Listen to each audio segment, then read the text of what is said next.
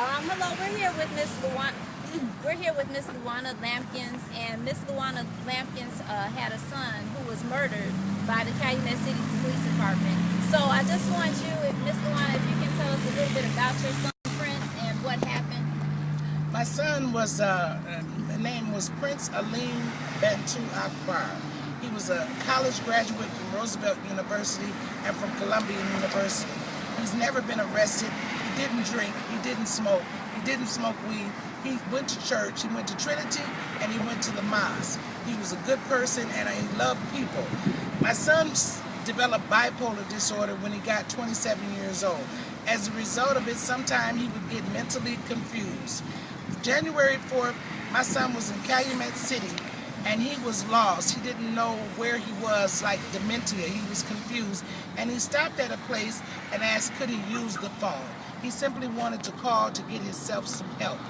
When he got there and asked to use the phone, the people at the place denied him, a person denied him to use the phone. He then offered to pay all the money he had on him, $80, to use the phone.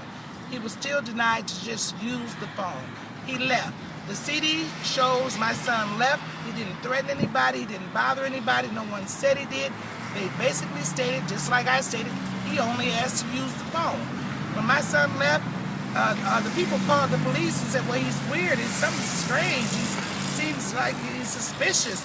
They called the police, and the police pursued him. They looked out the windows. Which way did he go? They stalked him. They hunted him down like an animal. He was on his way. He had the right by law to be left alone. There are laws that state you have the right to be left alone. As he was walking and going about his business, trying to continue to find a way back to the hospital or somewhere to help himself, an officer did come and call for a medic. But not long after that, another officer came, and within 1 minute and a matter of seconds, my son was slaughtered. He was slaughtered, and he was put in the back of the car where they killed him so no cameras could see. But in the back of the car, my son's blood is all over the back of the car, all over the ground, and they kept him in the back of the car because they knew the cameras were in the front of the car. But I could still hear my son calling and screaming and calling on God as he was being tasered twice and was being shot twice. My son didn't have a chance. He wasn't given an opportunity to get to a hospital, to get any medical help. He was just murdered. And I just feel that it was sadistic. I feel that it was wrong. I know that God knows that it was wrong. And I know that if justice doesn't prevail on earth, justice will prevail in heaven. But I'm going to stand for my son, and I want my son to be recognized as respectable and honored as the man he was. He's the only person that should be honored, because a person, a murderer, should never be honored, especially when you kill a person in cold blood. What honor do you deserve? You may get honor on earth, but you will not get honor in heaven. And that's what I got to say. And I will be here. When was your son murdered? My son was murdered January 4th, 2010, in Calumet City. And the gun, the man said he stood back and shot him with the gun, but the gun is loaded with blood all over him. So I don't know, did they pistol whoop my son? I want answers. Why is blood all over the gun? But of course, they were vindicated, and they're being celebrated. Modernized celebration, modernized lynching, modernized celebrating of killing of African-American men. It has to stop.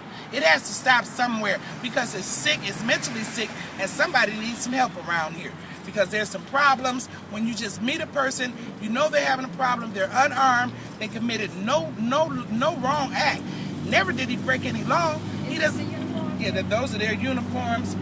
This is the uniform here. You got blood splattered all over the uniform, so if it wasn't any distance, it couldn't have been that far of a distance between the two. So what we want to do right now is we want to make sure that everybody knows that there is an unjust system here in Calumet City.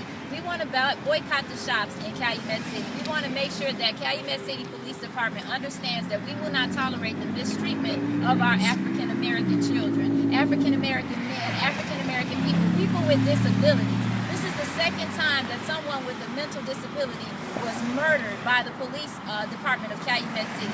We just want to make sure that this story gets out. All of the other stories of my friends that were beat up by the police when we were in high school, the kids that were beat up while I was a young adult here in Calumet City, all of this happened right here in this town. We're asking for your support so that we can address this situation, so that we can also make sure that this does not happen again.